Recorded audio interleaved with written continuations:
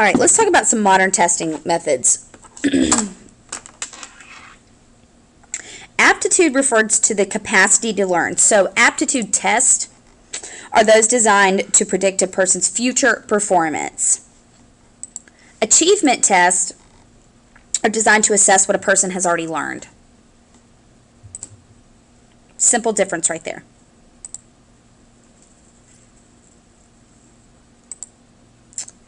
The Wechsler Adult Intelligence Test, or the WAIS, is the most widely used intelligence test. David Wechsler developed a version for school-age children, and this is the Wechsler Intelligence Scale for Children, the WISC, and another for preschool children. The WISC consists of 11 subtests and yields not only an overall intelligence score, but also a separate verbal comprehension, perceptual organization, working memory, and processing speed score. Striking differences between these scores can provide clues to cognitive strengths that a teacher or a therapist might build on. Other comparisons can help clinicians identify a possible reading or language disability. So this test is actually very helpful for people who are trying to help students. And this is an example of the adult intelligence scale here.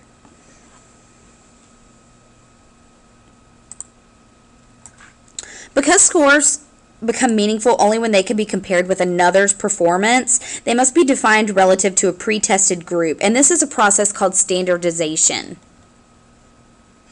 Obviously, the group on which a test is standardized must be representative of those who will be taking the test in the future. Standardized tests typically form a normal distribution, which is a bell-shaped pattern of scores that form the normal curve. Most scores cluster around the average, and increasingly fewer are distributed at the extremes. Intelligence test scores form such a curve, but in the past several decades, the average score has risen, a phenomenon known as the Flynn effect.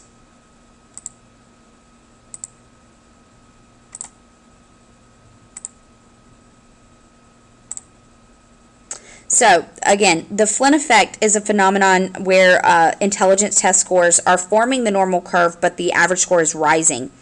And the cause of this increase remains a mystery. I mean, we can make a guess, but, you know, as you can see, people are getting somewhat more intelligent as time goes on.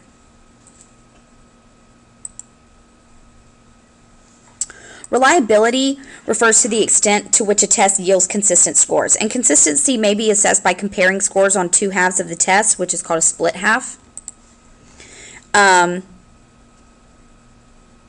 alternative forms, or on test retest. A test can be reliable but not valid, and that's very important.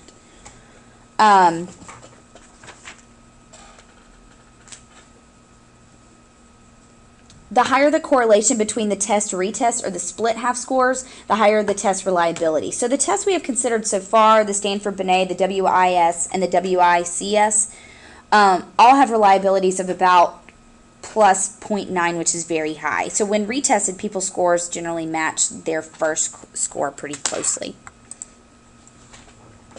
Validity refers to the extent to which a test measures or predicts what it is supposed to. So content validity is determined by assessing whether the test taps the pertinent behavior or the criterion. For example, road tests for a driver's license should measure driving ability, not how well you can see. Predictive validity is determined by computing the correlation between test scores and the criterion behavior. Aptitude tests have predictive validity if they can predict future achievement. So the predictive power of aptitude scores diminishes as students move up the educational ladder.